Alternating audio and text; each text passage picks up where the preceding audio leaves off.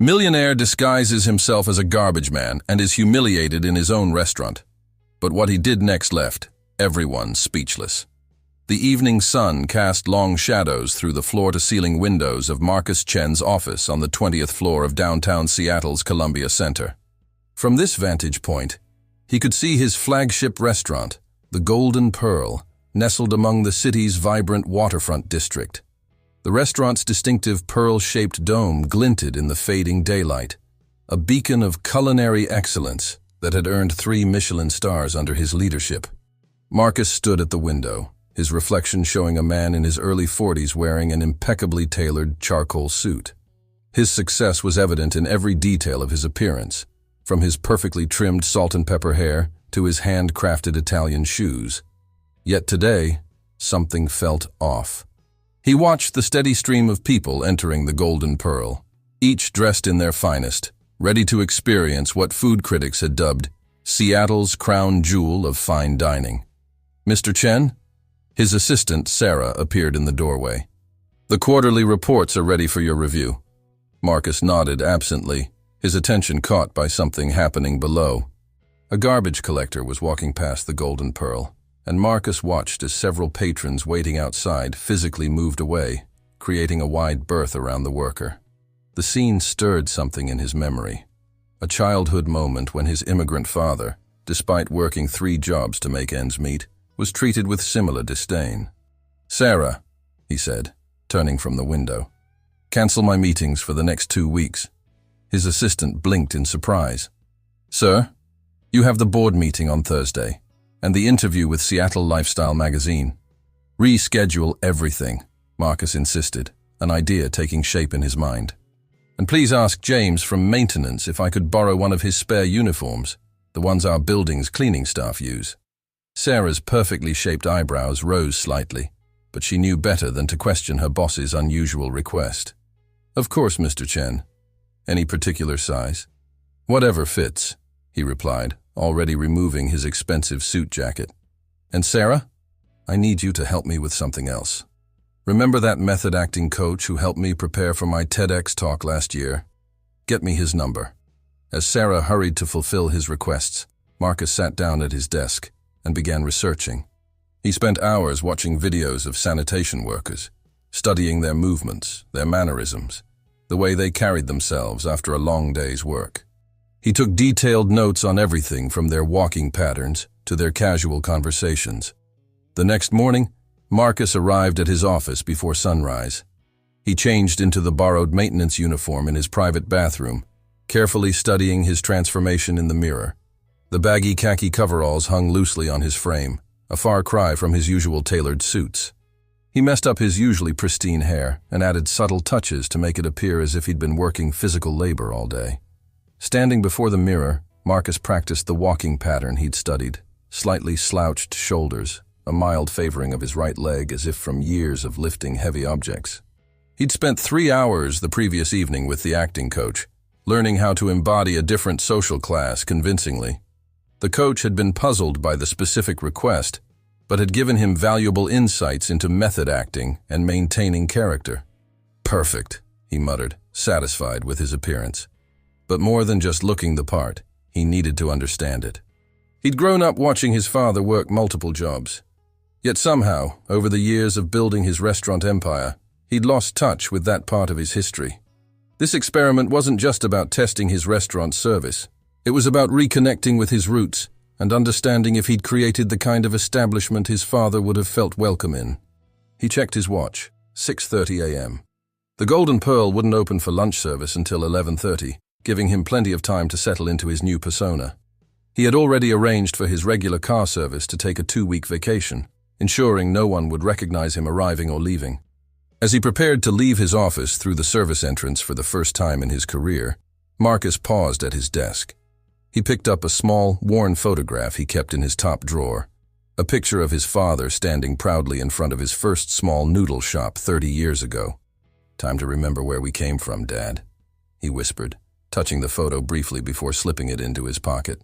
The morning air was crisp as Marcus stepped out onto the Seattle streets, instantly feeling the difference in how people looked, or rather, didn't look, at him.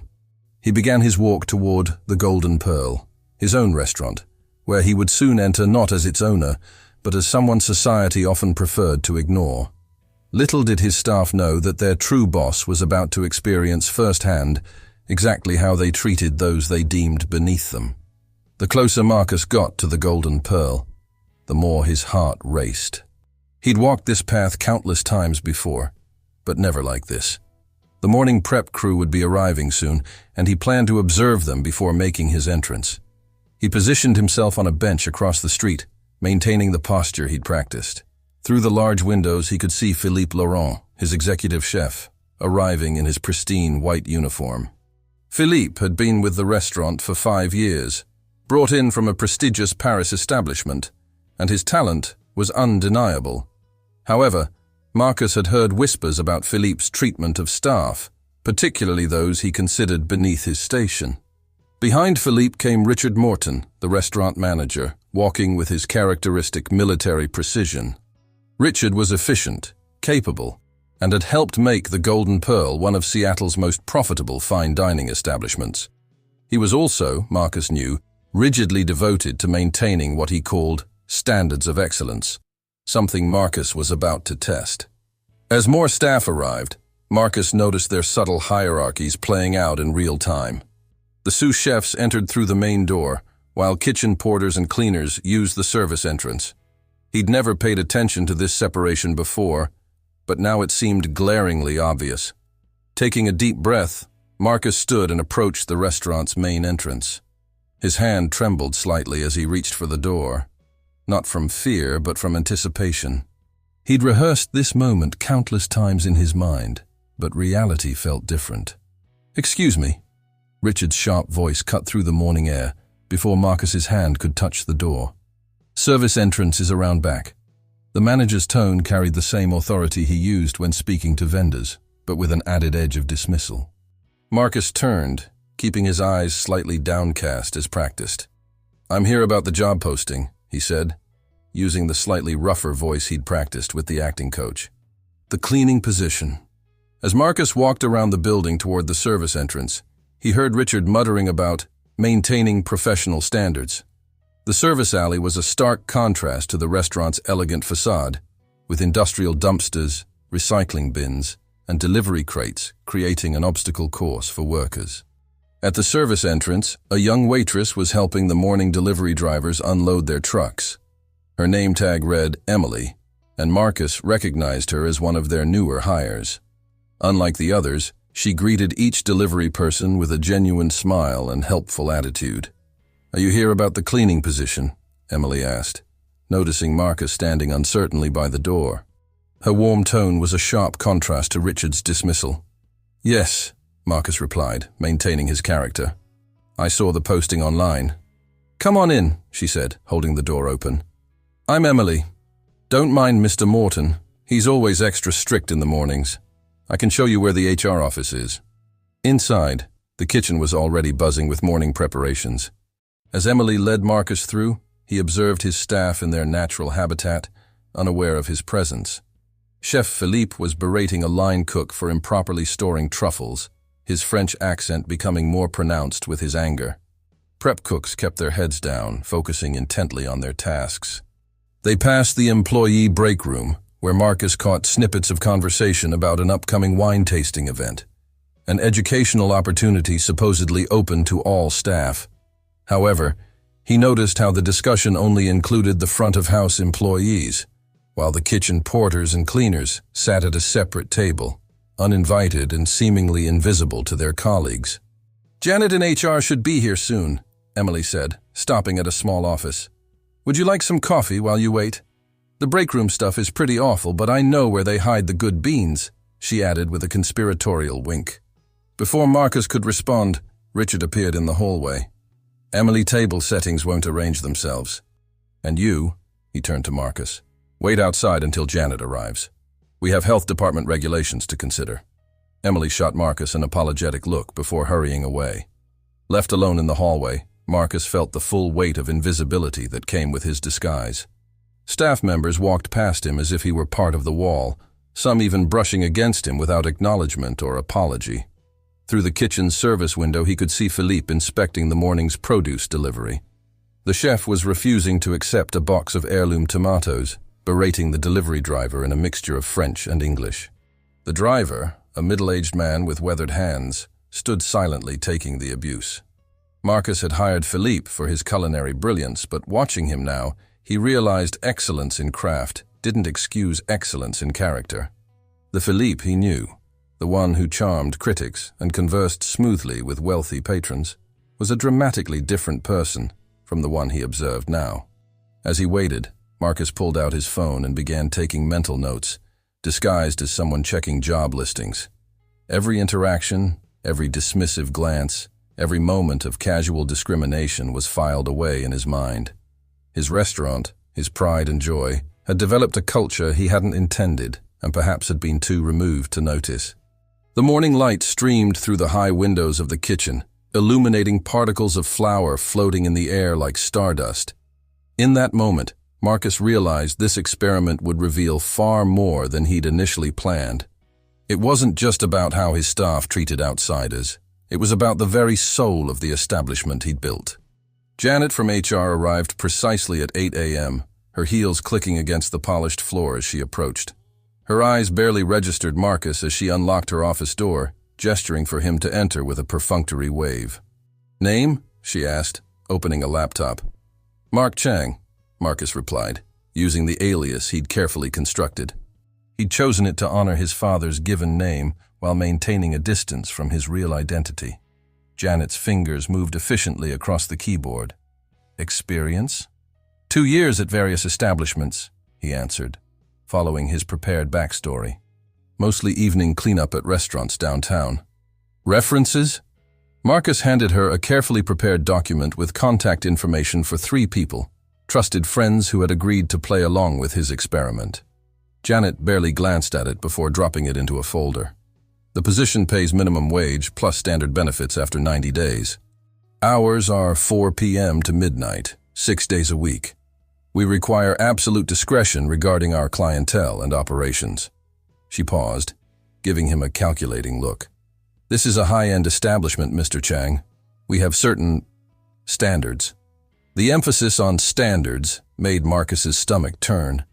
He'd heard that word 3 times already this morning, and each time it seemed to carry the same undertone of exclusion. "When can you start?" Janet asked, apparently satisfied with his silence. "Today," Marcus replied. "Fine. Report to Carlos in maintenance at 4 p.m. He'll show you the ropes." She turned back to her computer, the dismissal clear. Marcus spent the next few hours observing the restaurant's lunch service from various vantage points around the building. He watched as Richard meticulously inspected each server's appearance before their shift, sending one young woman to fix her makeup and another to re-iron her shirt. Meanwhile, the same attention to detail didn't extend to ensuring the kitchen porters had proper safety equipment for handling cleaning chemicals. At 4 p.m. sharp, Marcus reported to Carlos, a stocky man in his 50s who'd worked at the Golden Pearl since its opening. Carlos's eyes were kind but tired as he showed Marcus the maintenance closet. "First rule," Carlos said, handing Marcus a set of cleaning supplies. "Stay invisible. Rich folks don't want to see us working. Second rule, everything has to shine like new money. Third rule," he paused, looking around cautiously, "watch out for Chef Philippe. He likes to find someone to blame when he's in a bad mood." As they began their rounds, Marcus discovered a hidden world within his own restaurant. Service corridors he'd never explored housed personal dramas he'd never imagined. In one corner, he found a makeshift shrine where the dishwashers kept photos of their families back home. In another, he discovered a worn notebook where the maintenance staff tracked their hours, knowing that official timesheet disputes would likely be ignored. The evening service was in full swing when Marcus had his first direct confrontation with the restaurant's culture. He was carefully mopping the hallway leading to the private dining rooms when a group of guests arrived for a corporate dinner. "Can't you do that later?" Richard hissed, suddenly appearing beside him. "These are executives from Tesla. Get out of sight." Before Marcus could respond, a different voice cut through the tension. "It's okay. He's just doing his job." It was Emily, arriving with water pitchers for the private room. She smiled at Marcus before turning to Richard. "I'll make sure the guests get seated comfortably." Later that evening, during a brief break in the kitchen's service corridor, Marcus overheard a conversation between Philippe and Richard that made his blood run cold.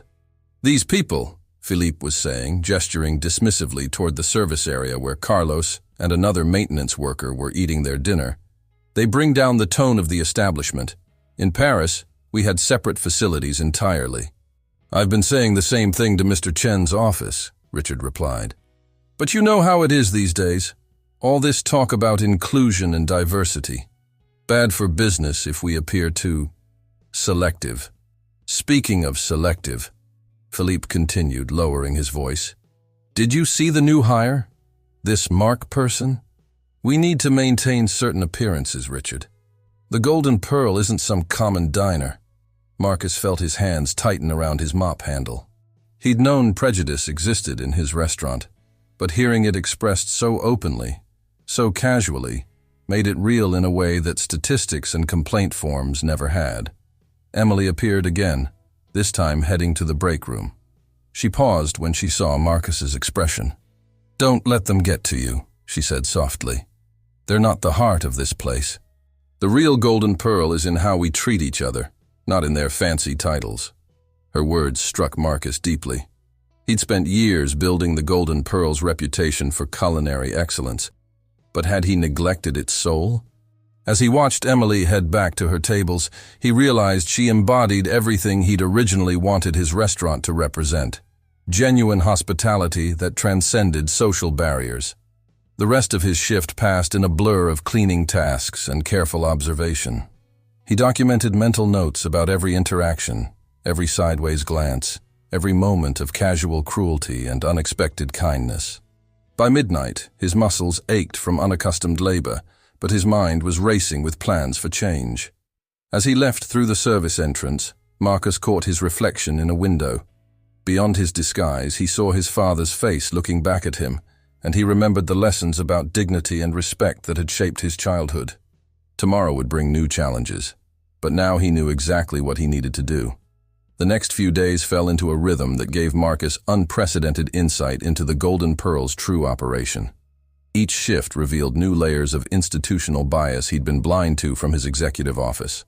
But it also showed him something unexpected: an underground network of mutual support among the service staff that flourished despite, or perhaps because of, the harsh environment. During his afternoon shift, Marcus was cleaning near the wine cellar when he overheard Emily giving an impromptu wine lesson to Maria, one of the kitchen porters. The official wine training was supposed to be for servers only, but Emily had taken it upon herself to share her knowledge. "See how the light catches it?" Emily held a glass up to demonstrate the wine's color. "That's how you can tell it's aged properly. And smell this. What does it remind you of?" Maria smiled shyly. "Like the blackberries my grandmother used to grow." "Exactly. You have a natural palate, Maria. You should be doing wine service, not just washing glasses." Their lesson was interrupted by Richard's sharp voice. "Emily, the wine cellar is off-limits to kitchen staff. You know better than this." Emily stood her ground, something Marcus hadn't seen before. "Maria was helping me inventory the Bordeaux selection. She has an excellent eye for detail." After they'd gone, Marcus continued his cleaning, mind racing. He'd had no idea that Richard enforced such strict hierarchical boundaries. The wine cellar incident was just one example of the artificial barriers he'd created in his restaurant. Later that evening, Marcus witnessed another side of the establishment's dynamics. The kitchen was in chaos after a large party ordered off-menu items. Philippe was in rare form, his voice rising above the clatter of pots and pans. "Incompetence!" The chef's face was red with anger. This is not some roadside diner. Marcus watched as the kitchen staff absorbed the abuse, their faces carefully blank. But then something remarkable happened. As soon as Philippe stormed out, the team seamlessly reorganized themselves. Carlos's nephew, Juan, who worked as a dishwasher, quietly stepped in to help plate dishes. Maria expertly expedited orders while continuing her own tasks. It was a choreographed dance of mutual support that happened entirely below management's radar. During his break, Marcus found himself sharing a table with Carlos in the staff area. The maintenance supervisor was eating a homemade tamale, the aroma making Marcus's stomach growl. "Here," Carlos offered half his meal. "My wife always packs extra." The simple act of sharing food sparked a conversation that opened Marcus's eyes even further. Carlos spoke about his 20 years in the restaurant industry, his dreams of opening his own place, and the subtle ways things had both changed and stayed the same. "You know what's funny?" Carlos mused. "This place used to be different. When Mr. Chen first opened it, he would come down to the kitchen, talk to everyone. His father had been a dishwasher. Did you know that? But now," he shrugged, "now it's all about standards and image." Marcus felt a pang of guilt. He'd become so focused on expanding his restaurant empire that he'd lost touch with his original vision. His father's photo seemed to weigh heavily in his pocket. The evening took an unexpected turn when a wealthy regular client began berating Emily over a minor wine service issue. Marcus was cleaning nearby and watched as she maintained her composure despite the customer's increasingly hostile behavior. "Do you even know what a Chateau Margaux is supposed to taste like?" the man demanded. "I doubt you could afford a bottle in your lifetime." Before Richard could intervene with his usual apologetic fawning, Emily responded with quiet dignity. "Sir, I may not own bottles of Chateau Margaux, but I understand and respect wine. More importantly, I respect people, regardless of what they can or cannot afford." The customer spluttered, demanding to speak to management. Richard appeared instantly, apologizing profusely and offering complimentary dishes. But Marcus noticed something interesting. Several other guests seemed uncomfortable with the customer's behavior, some even shooting sympathetic glances at Emily. After her shift, Marcus found Emily in the staff room, her usual smile dimmed but not extinguished. "You handled that situation admirably," breaking his usual silence. "Thanks, Mark," she sighed. "You know what's ironic? I probably know more about wine than that customer. I study every night, take online courses with my own money. But people see the uniform and make assumptions." Her words struck a chord. How many talented individuals had been overlooked because of preconceptions? How much potential was being wasted because of artificial barriers? As midnight approached, Marcus observed a final scene that crystallized his growing resolution. The evening's last customers had departed, and the cleaning crew was beginning their nightly routine. Philippe emerged from his kitchen, his white coat spotless despite the evening's chaos. He passed by Juan, who was carefully mopping the floor, and deliberately dropped his keys. "Oops," Felipe smirked, watching Juan bend to retrieve them. "At least you know your place, no?" The casual cruelty of the gesture, witnessed only by those deemed unimportant, spoke volumes about the culture that had taken root in the Golden Pearl. But Marcus also saw how the other staff members quietly rallied around Juan afterward, offering words of encouragement and small gestures of support. As he left that night, Marcus began formulating a plan. The Golden Pearl needed more than just policy changes. It needed a complete cultural transformation. And he was beginning to understand that the seeds of that transformation were already present in the very people the current management overlooked. 1 week into his undercover mission, Marcus decided to test the waters of change while maintaining his disguise. He arrived early for his shift, carrying a worn notebook that he'd carefully filled with observations and ideas. The evening sun cast long shadows through the Golden Pearl's windows as he prepared for what he knew would be a pivotal shift. In the staff room, he found Emily organizing a makeshift teaching session with several of the kitchen porters and maintenance staff. She was using coffee cups to demonstrate proper table settings, her enthusiasm infectious despite the humble materials. "The Golden Pearl way is all about attention to detail," she was saying, adjusting a cup's position. "Every guest deserves to feel special, no matter who they are." Marcus lingered in the doorway, watching as Maria and Juan absorbed the lesson eagerly. Even Carlos had paused his preparation work to observe. The scene crystallized something he'd been thinking about all week, the untapped potential within his own walls. "Why not make it official?" Marcus spoke up, causing several heads to turn. "These training sessions, I mean." Emily looked uncertain. "Mr. Morton wouldn't approve. He says service training is for front-of-house staff only." "But what if—" Marcus chose his words carefully, maintaining his Mark Chang persona. What if someone from corporate knew about this? About how you're helping everyone improve their skills? A spark of interest flickered across Emily's face. Do you know someone in corporate? I might, Marcus replied cryptically. I hear things when I'm cleaning the offices upstairs. Maybe we could put together a proposal. The idea took root immediately. Emily's face lit up with possibilities, and soon the small group was brainstorming ideas for a comprehensive training program. Marcus carefully noted everything in his notebook, knowing that these suggestions would prove invaluable later. Later that evening, during the dinner service, Marcus implemented another subtle test. While cleaning near the host station, he intentionally positioned himself to overhear conversations between staff and guests. When a couple arrived without a reservation, looking decidedly underdressed for the Golden Pearl's usual standards, he watched Richard prepare to turn them away. I'm afraid we're fully committed this evening, Richard said smoothly, despite several empty tables being visible. Marcus chose that moment to speak up, seemingly to himself, but loud enough to be heard. Shame. They look like they're celebrating something special. The woman's face confirmed his observation. She was wearing a small, just promoted pin on her jacket lapel. Emily, who was passing by, caught the detail immediately. Sir, she addressed Richard, Table 12 just called to cancel. We could accommodate this couple there. Throughout the evening, Marcus watched as the couple received the full Golden Pearl experience. Emily served them with her usual grace, and even Philippe's kitchen delivered its stellar performance, though the chef was clearly annoyed at having to serve guests he deemed unsuitable.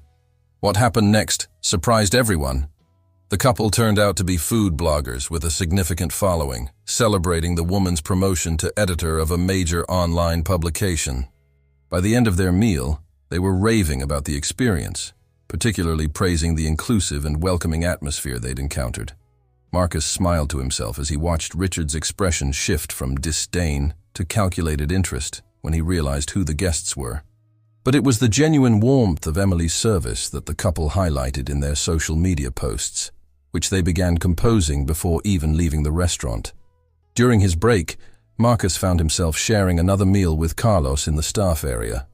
This time, he brought up the idea that had been forming in his mind. What if, he suggested carefully, the Golden Pearl had a community night, one evening where we served a special menu at reduced prices, made it more accessible to everyone. Unless it came from above them, Marcus mused, from corporate. The idea began to spread through the staff like a hopeful whisper. During his cleaning rounds, Marcus overheard various conversations about what such an event might look like. Maria suggested incorporating some traditional family recipes. Juan talked about inviting local community groups. Even the usually quiet dishwashers began contributing ideas. As the evening wound down, Marcus observed a subtle shift in the atmosphere. The rigid hierarchies seemed slightly less rigid, the barriers a little less insurmountable. Emily's impromptu training sessions had already attracted more participants, with staff members sharing their various expertise, from wine knowledge to efficient cleaning techniques.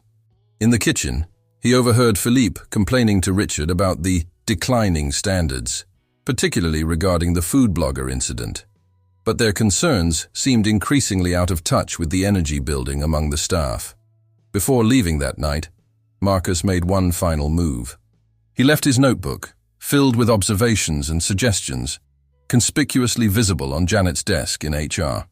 The first page contained a detailed proposal for the Golden Pearl Community Initiative, complete with cost projections and potential benefits to both the restaurant's reputation and staff morale. As he walked home in his maintenance uniform, Marcus felt a growing sense of purpose. The changes he envisioned wouldn't be easy. Philippe and Richard would resist, certainly. But he'd seen enough over the past week to know that the heart of the Golden Pearl was still beating strongly, just waiting for the right moment to shine. The atmosphere in the Golden Pearl had shifted noticeably by the beginning of Marcus's second week undercover. His strategically placed notebook had created exactly the ripple effect he'd anticipated. Janet from HR had forwarded the community initiative proposal to corporate headquarters, effectively sending it to Marcus's own office, and the resulting memo suggesting a trial run had sent shockwaves through the management team. That morning, Marcus arrived to find the staff break room buzzing with excited whispers. Emily was at the center of a small group, reading from a printed email. "Corporate loves the community night idea," she announced, her eyes bright with enthusiasm. "They want to test it next month. Can you believe it?" The room fell silent. Marcus continued wiping down tables, carefully keeping his head down while observing the scene unfold. "This establishment has standards," Richard continued, his voice tight with controlled fury. "We cannot simply open our doors to just anyone. Chef Philippe and I have spent years building our reputation." "Maybe," Emily spoke up, her voice steady despite her obvious nervousness. "Our reputation could be about more than just exclusivity." "Actually," Marcus said, straightening up from his cleaning, "the proposal was my idea." He felt a sudden surge of pride seeing Emily's surprised but grateful look. "The maintenance man," Richard scoffed. "Perfect. Just perfect. Well, Mark, since you're so interested in restaurant management, perhaps you should focus on properly cleaning the bathrooms instead of trying to destroy everything we've built." The confrontation was interrupted by the arrival of Philippe, who had overheard the commotion. "What is this nonsense about a community night?" he demanded, his accent thickening with agitation.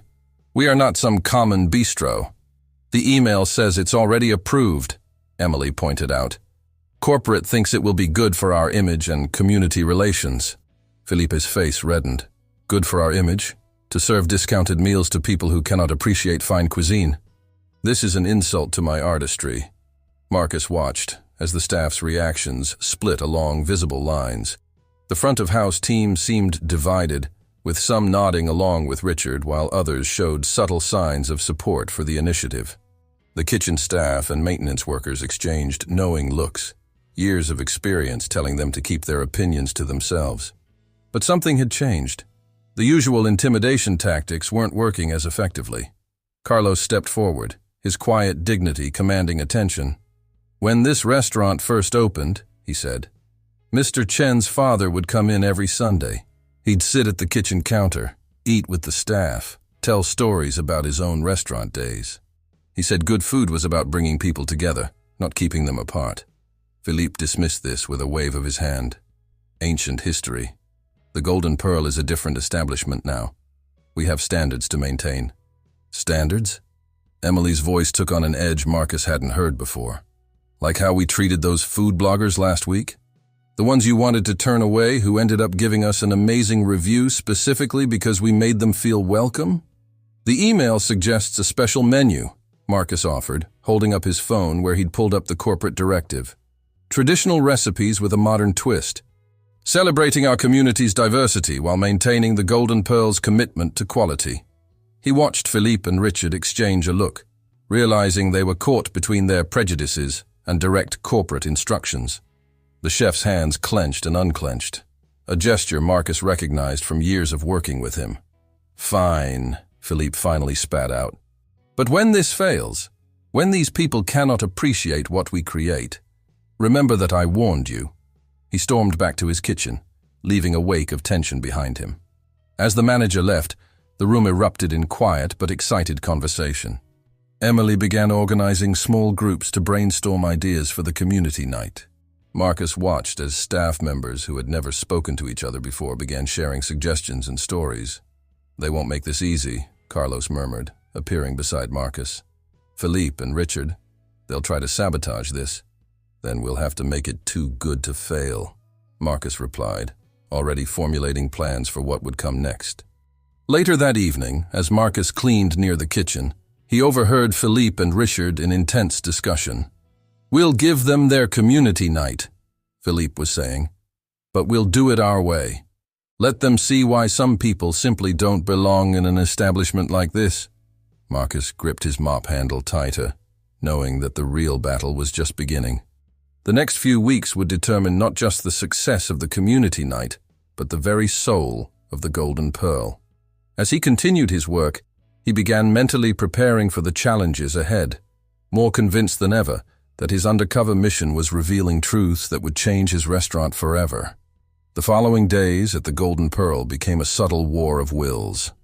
On one side, Philippe and Richard worked to maintain their vision of exclusivity. On the other, a growing movement of staff members rallied around the community night concept. Marcus, still in his maintenance disguise, found himself at the center of an increasingly complex web of alliances and resistance. One afternoon, while cleaning the wine cellar, Marcus overheard Philippe and Richard crafting their strategy to undermine the community night.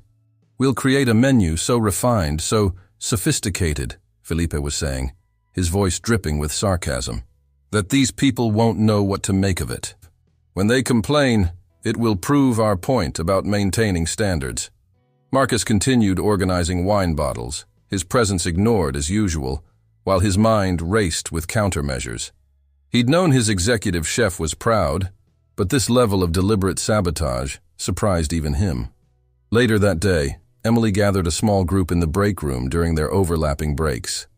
Marcus joined them, carrying his ever-present cleaning supplies as cover. "They're planning something," Emily said in a low voice. "I saw the preliminary menu Felipe's designing. It's deliberately intimidating. Dishes with French names no one can pronounce. Ingredients most people have never heard of." Maria, who had been quietly listening, spoke up. "My grandmother used to say that real hospitality speaks every language. Maybe we can help translate, not just the words, but the experience." Marcus watched as the group began brainstorming ways to make the evening accessible while maintaining the Golden Pearl's high standards. Emily suggested creating elegant but clear menu descriptions. Juan proposed training sessions to help all staff members explain dishes in approachable terms. "What if," Marcus ventured, "we created something that bridges both worlds? Keep the refinement, but add heart?" The idea sparked an animated discussion. Carlos shared stories about fusion restaurants he'd worked in, where traditional recipes were elevated but not lost. Emily talked about wine pairings that could introduce new experiences while remaining accessible. Their planning was interrupted by Janet from HR, who entered with a stern expression. "Emily, a word please?" When Emily returned 15 minutes later, her face was flushed but determined. "They're trying to schedule all the supportive staff off for community night," she reported. "Richard wants to bring in an external team that will enforce his vision of proper service." The news sent a ripple of concern through the group, but Marcus had been expecting something like this. "What if," he suggested, "we all volunteered for that shift? They can't force us not to work our regular schedules." The idea took hold immediately. Staff members began coordinating to ensure they'd all be present for the community night. Even those not scheduled began offering to come in to help. Throughout his shift, Marcus observed more signs of Philippe and Richard's attempts to derail the event. The chef was holding special training sessions with his kitchen staff, drilling them on the most elaborate and intimidating preparations possible. Richard was revising the dress code requirements, making them even more stringent. But for every act of resistance from management, the staff found creative ways to push back. When Philippe insisted on elaborate French terminology for every dish, Emily and her impromptu training group created a simple guide to help everyone understand and explain the menu. When Richard demanded complex table service protocols, Carlos quietly taught the maintenance staff the basics during their breaks. The turning point came during the evening service, when a regular patron, one of the restaurant's wealthiest clients, overheard Emily explaining the upcoming community night to another server. "What a wonderful idea," the woman exclaimed, much to Richard's visible discomfort. "Adding a community focus while maintaining the Golden Pearl standards? Brilliant marketing. I'd love to attend myself, perhaps sponsor some tables for local families." Marcus watched Richard's face perform an impressive gymnastics routine as he struggled to maintain his disdain while appeasing a valuable client.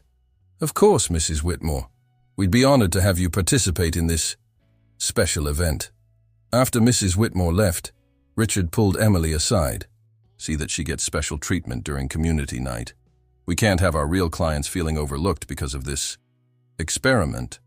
All our guests deserve special treatment," Emily replied quietly. "Isn't that the Golden Pearl way?" The exchange gave Marcus an idea. During his break, he began drafting another proposal on his phone, this time for a sponsorship program where regular patrons could support community night tables.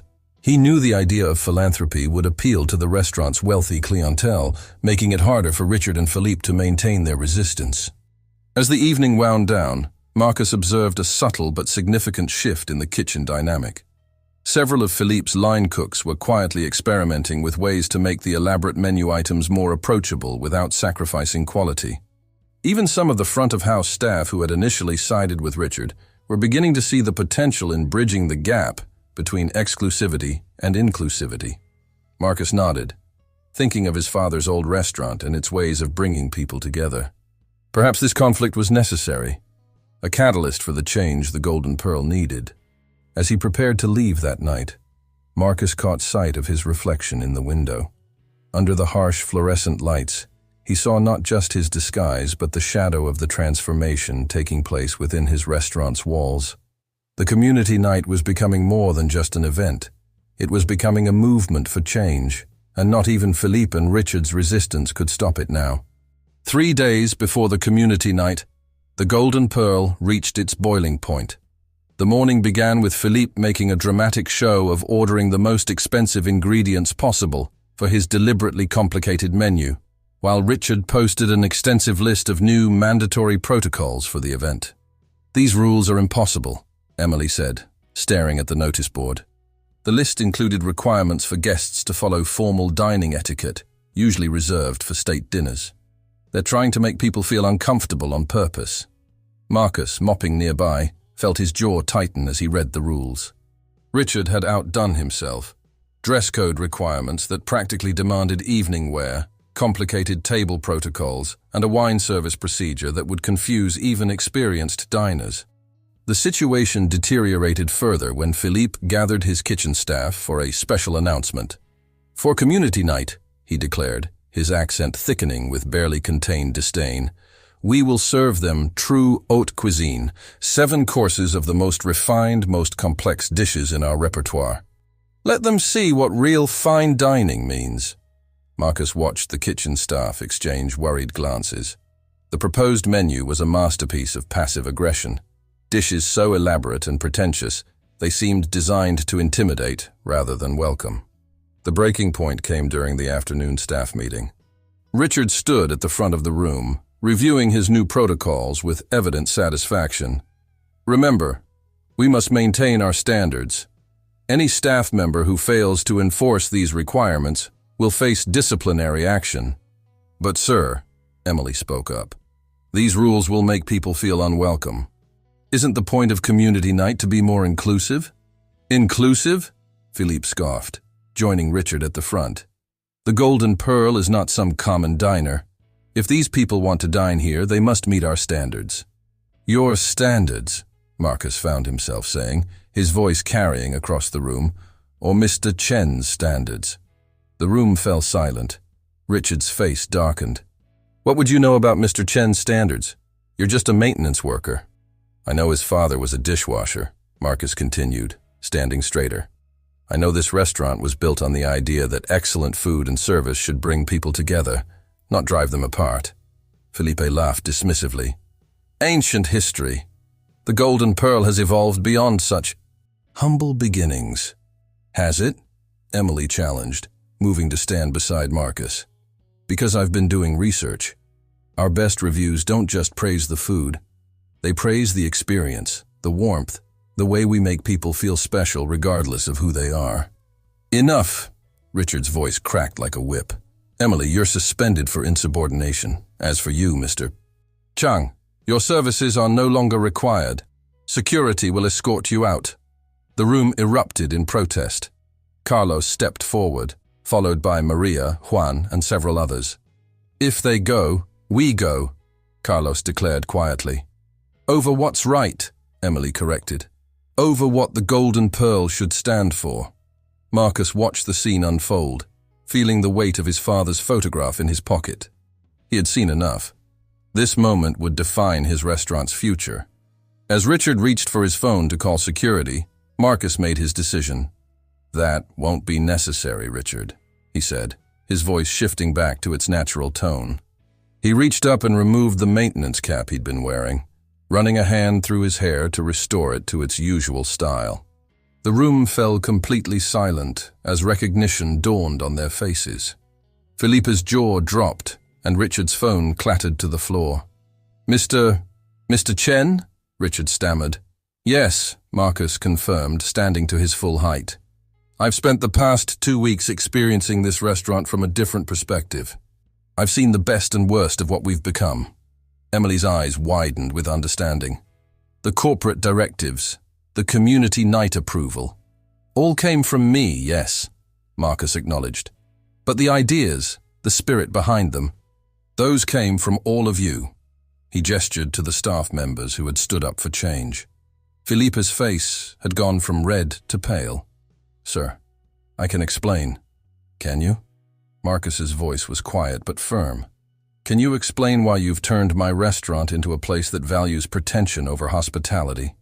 Where staff members are afraid to show initiative? Where we judge people by their appearance rather than treating everyone with dignity? He turned to address the entire room. The Golden Pearl was never meant to be just another exclusive restaurant. My father taught me that true excellence isn't about keeping people out. It's about lifting people up. Somewhere along the way, we lost sight of that. The silence in the room was deafening. Richard and Philippe stood frozen, their carefully constructed world crumbling around them. But among the other staff members, Marcus could see something else emerging: hope, pride, and a renewed sense of purpose. Changes are coming, Marcus announced, starting with community night. But first, we need to have a serious discussion about leadership and values.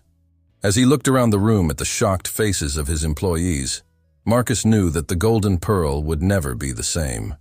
The question was, what would it become? The hours following Marcus's revelation transformed the Golden Pearl in ways no one could have predicted. The staff room, usually separated by invisible barriers of hierarchy, now buzzed with a different energy as everyone processed what had happened.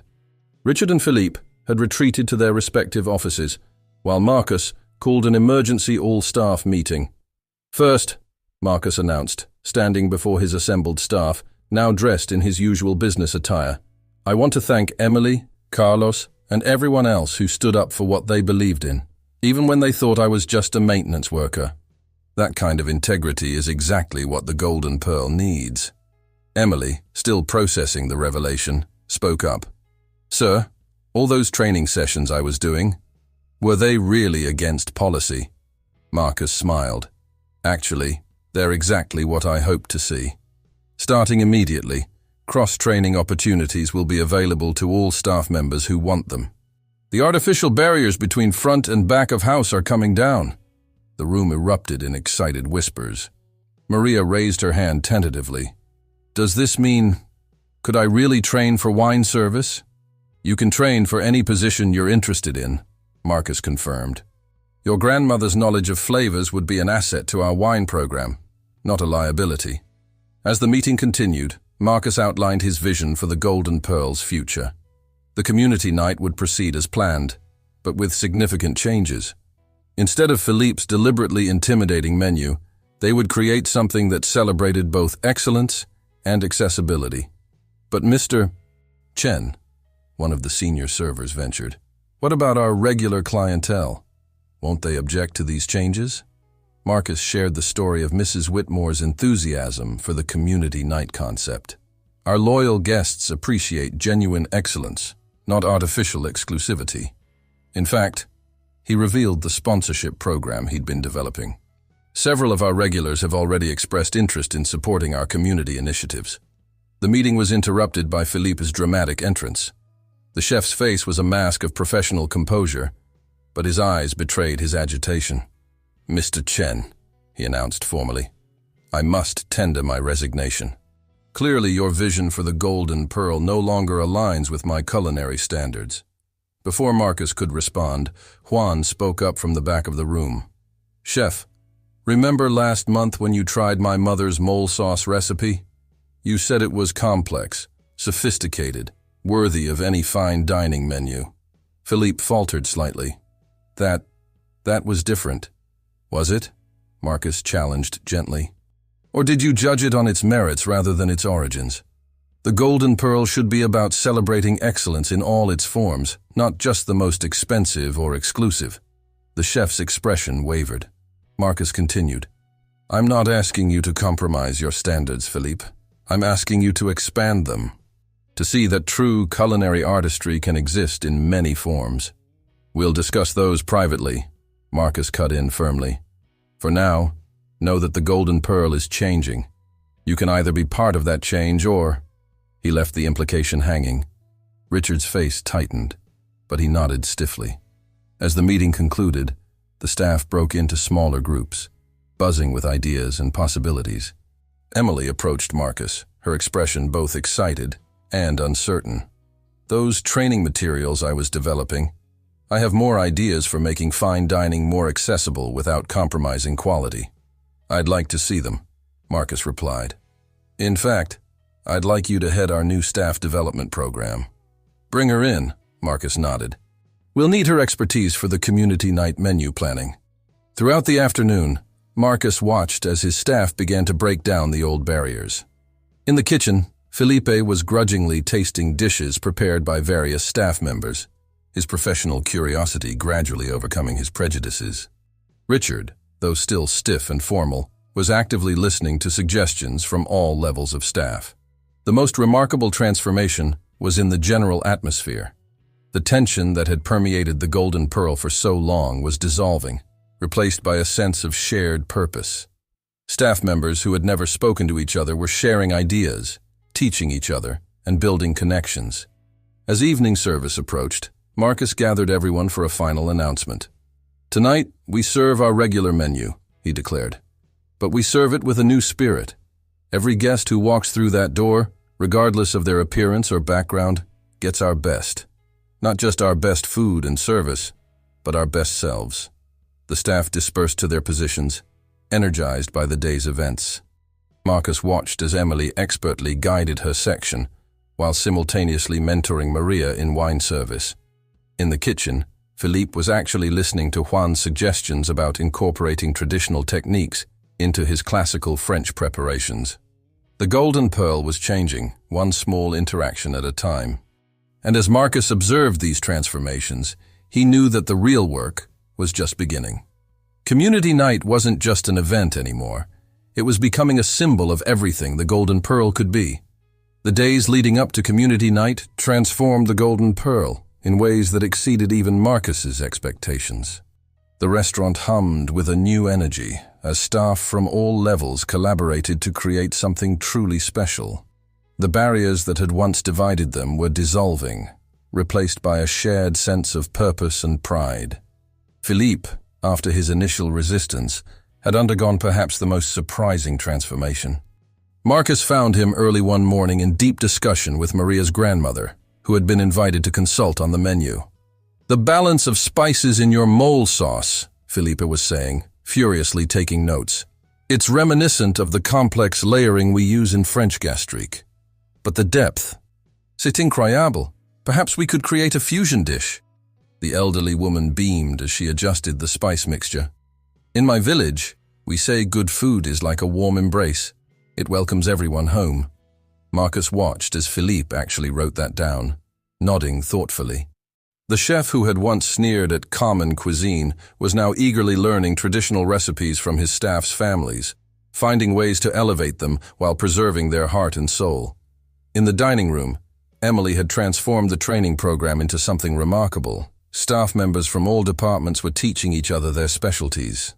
Carlos shared his expertise in maintaining the perfect ambiance, while Juan demonstrated efficient techniques for handling multiple tasks under pressure. "It's about creating an experience," Emily explained during one session.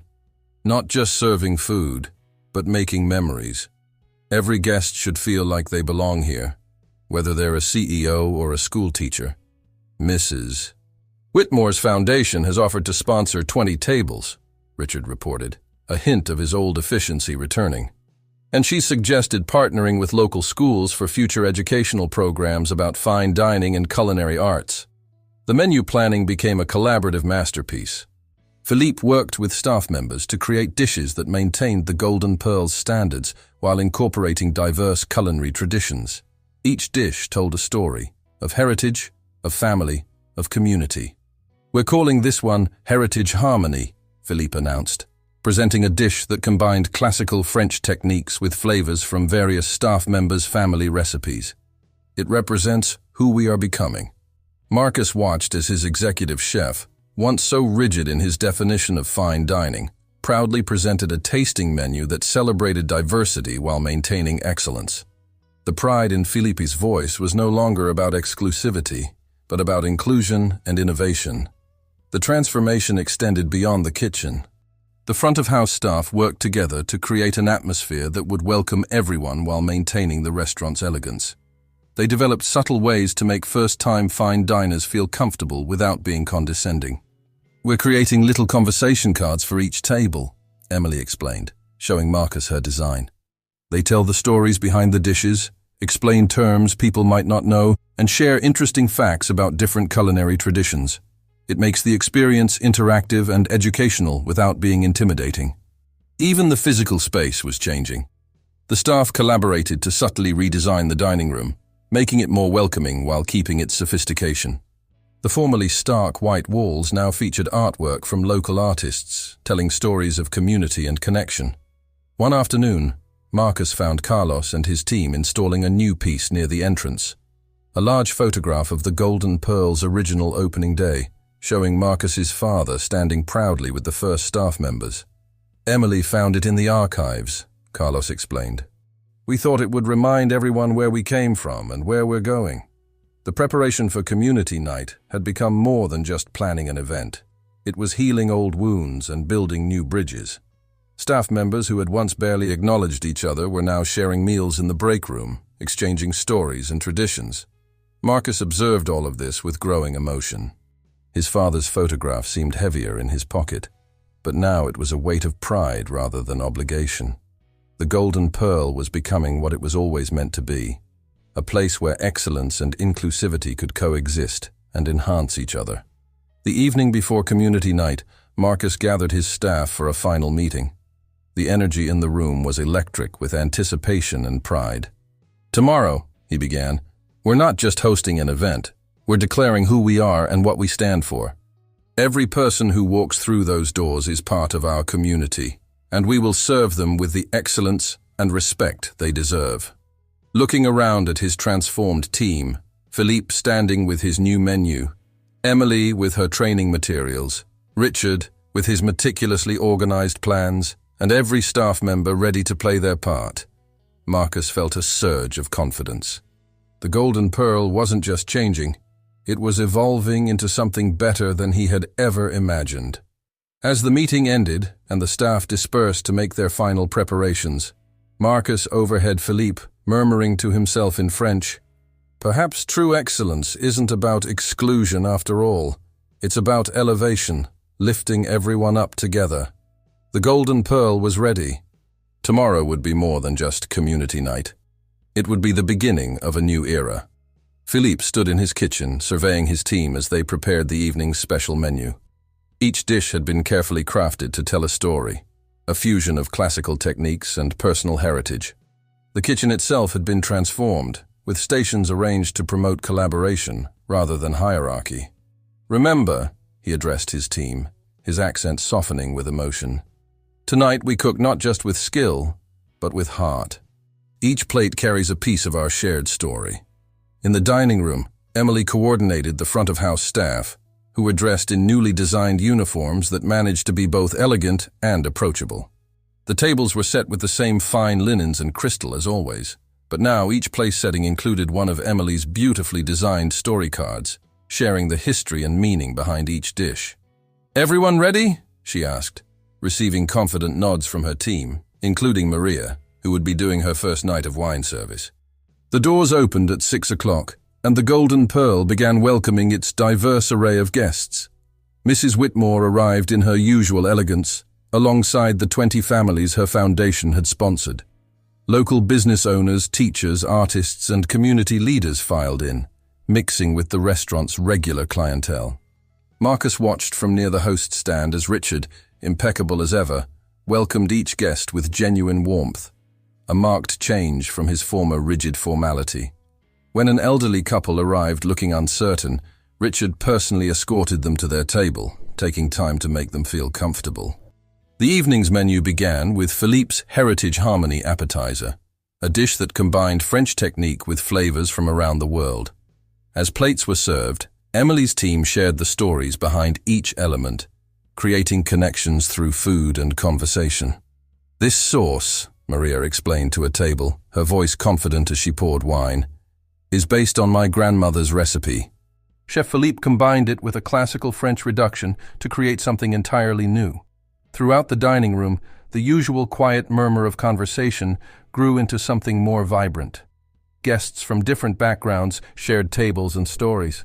A corporate CEO engaged in animated discussion with a local school teacher about the fusion of flavors in their dishes. A regular patron who normally dined alone found himself sharing food recommendations with a young family at the next table. In the kitchen, Philippe orchestrated his team with a new style of leadership. When a young line cook suggested a last-minute adjustment to a garnish, the chef actually listened and implemented the change. The resulting dish received enthusiastic praise from the dining room. The evening's centerpiece was a family-style course served on shared platters, encouraging conversation and connection. Marcus observed as barriers broke down between tables, with guests exchanging tastes and stories. The restaurant hummed with the kind of energy he remembered from his father's small noodle shop. The joy of people coming together over good food. A particularly moving moment came when an elderly guest, tears in her eyes, asked to thank the kitchen staff. "This dish," she said, gesturing to her plate, "tastes like my mother's cooking. I haven't had these flavors since I left home 50 years ago." As the night progressed, even the most skeptical regular patrons found themselves caught up in the spirit of the evening. A well-known food critic, who had initially seemed dubious about the concept, was observed taking extensive notes between bites, his expression one of pleasant surprise. Near the end of service, Mrs. Whitmore stood to make an impromptu speech. "The Golden Pearl has always been a symbol of excellence," she declared, "but tonight it has become something more, a symbol of community. This is what fine dining should be." The kitchen staff, led by Philippe, emerged to a standing ovation. The chef's eyes glistened as he explained each dish, giving credit to the staff members whose family recipes had inspired them. Gone was the arrogant autocrat, replaced by someone who had discovered a deeper meaning to his craft. Emily's training program proved its worth as the staff handled the evening flawlessly, moving between tables with grace and genuine warmth. Maria, in particular, shone in her new role, her natural knowledge of flavors enhancing her wine service.